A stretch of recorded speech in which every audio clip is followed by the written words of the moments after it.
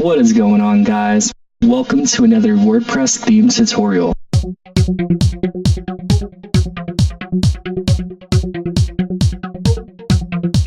What is a theme? A WordPress theme is basically a collection of files that are responsible for shaping the layout and functionality of a website. Inside each of the files are often multiple lines of code that is written in either HTML, CSS, PHP, and sometimes even JavaScript and other languages. This folder that the themes are packaged into is named what the theme is named, and therefore the folder that contains the theme's code is basically what is referred to as the theme. In the back end of WordPress, you can install themes on your website to change the look and appearance of it. Also coded in the theme are a set of capabilities that the theme will allow the user to do on a website.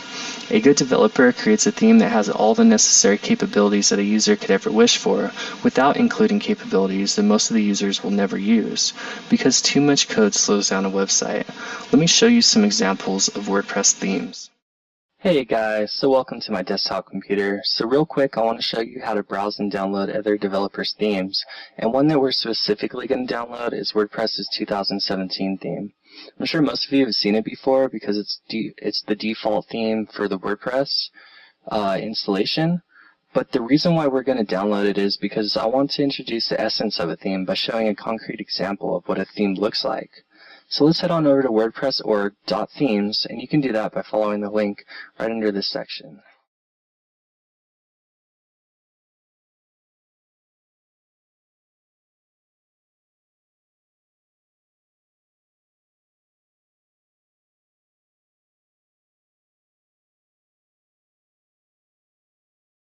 Alright, so here we are at wordpress.org. And as you probably already know, WordPress has a lot of themes to download here for free. These themes were created by developers like us and uploaded to wordpress.org, which is exactly what we're going to do by the end of this video.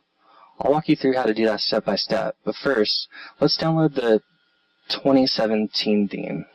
As you can see, it's right here in the top left corner.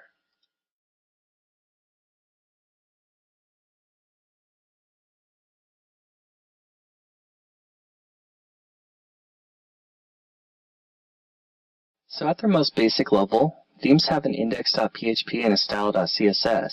But if you look at the 2017 theme, it does in fact have the index and style.css, but it also has much, much more. There's a 404 page, an archive page, a comment page, a footer page, a whole bunch of stuff. So like if you open up the assets.php, there's a whole bunch of CSS files. Come back out.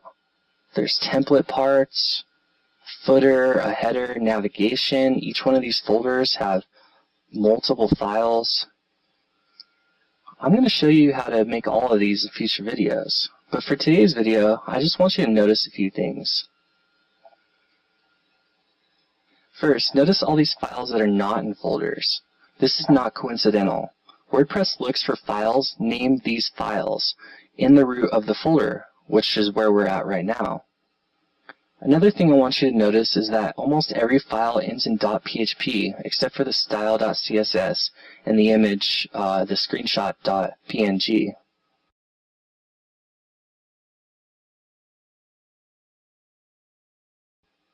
This is because in our themes, we need to utilize WordPress functions, which are written in PHP.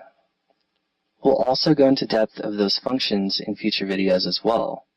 For the remainder of this video, though, I just want to show you one more valuable resource for WordPress developers, the WordPress Theme Developers Handbook.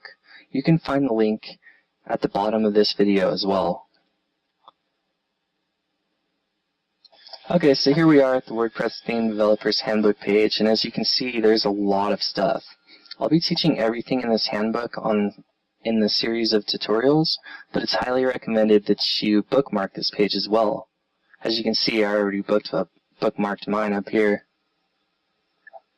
There will be times that you'll need to look up WordPress functions, or you can't find where I said what in which video, and you'll want to search this WP Developers Handbook right here. So go ahead and bookmark that, and I just want to make one more thing clear. A theme differs from a plugin in that a theme controls the layout of a website, whereas a plugin controls the behavior and functionality of a website. You could certainly develop a theme to play both roles, but it's not recommended.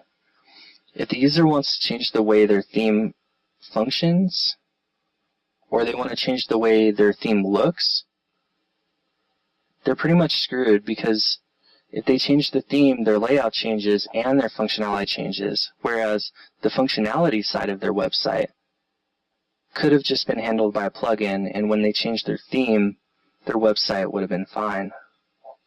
I'll also go more in depth on that in a future video. In the next video, we'll be discussing WordPress licensing and setting up your development environment on a local host. That way we'll be all set to code and ready. So stay tuned, and don't forget to like and subscribe.